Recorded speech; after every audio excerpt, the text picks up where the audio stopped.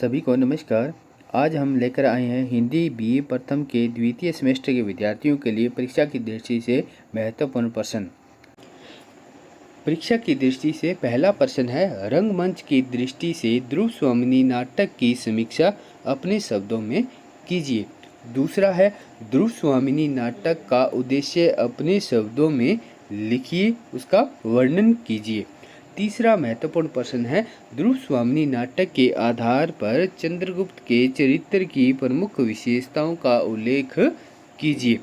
चौथा महत्वपूर्ण प्रश्न है, ध्रुव स्वामिनी के चरित्र की प्रमुख विशेषताओं पर प्रकाश डालते हुए वर्णन कीजिए। पांचवा महत्वपूर्ण प्रश्न है, ध्रुव स्वामिनी नाटक के आधार पर रामगुप्त के चरित्र की प्रमुख विशेषताओं का उल्लेख कीजिए।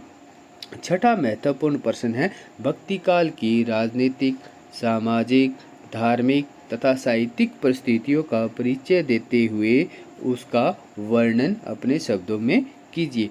सातवां महत्वपूर्ण प्रश्न है, संत काव्य परंपरा का परिचय देते हुए उसकी प्रमुख विशेषताओं पर प्रकाश डालिए। आठवां महत्वपूर्ण प्रश्न है, राम काव्य परंपरा का परिचय देते हुए उसकी प्रमुख विशेषताओं पर प्रकाश डालिए। नौवां प्रश्न है, कृष्ण काव्य परंपरा का परिचय देते हुए उसकी प्रमुख विशेषताओं पर प्रकाश डालिए। 10वां महत्वपूर्ण प्रश्न है, भक्ति काल को हिंदी साहित्य का स्वर्ण युग क्यों कहा जाता है। 11वां महत्वपूर्ण प्रश्न है, गोस्वामी तुलसीदास की रचना रामचरितमानस का परिचय दीजिए। 12वां प्रश्न है, सूरदास जी का वात्सल्य वर्णन कीजिए। 13वां प्रश्न है, कबीरदास जी की भाषा शैली का वर्णन अपने शब्दों में कीजिए। अंतिम महत्वपूर्ण प्रश्न है, भाषा किसे कहते हैं, राजभाषा और राष्ट्रभाषा में अंतर स्पष्ट कीजिए। अगर आप हमारे चैनल पर नए हैं, लाइक करें, सब्सक्राइब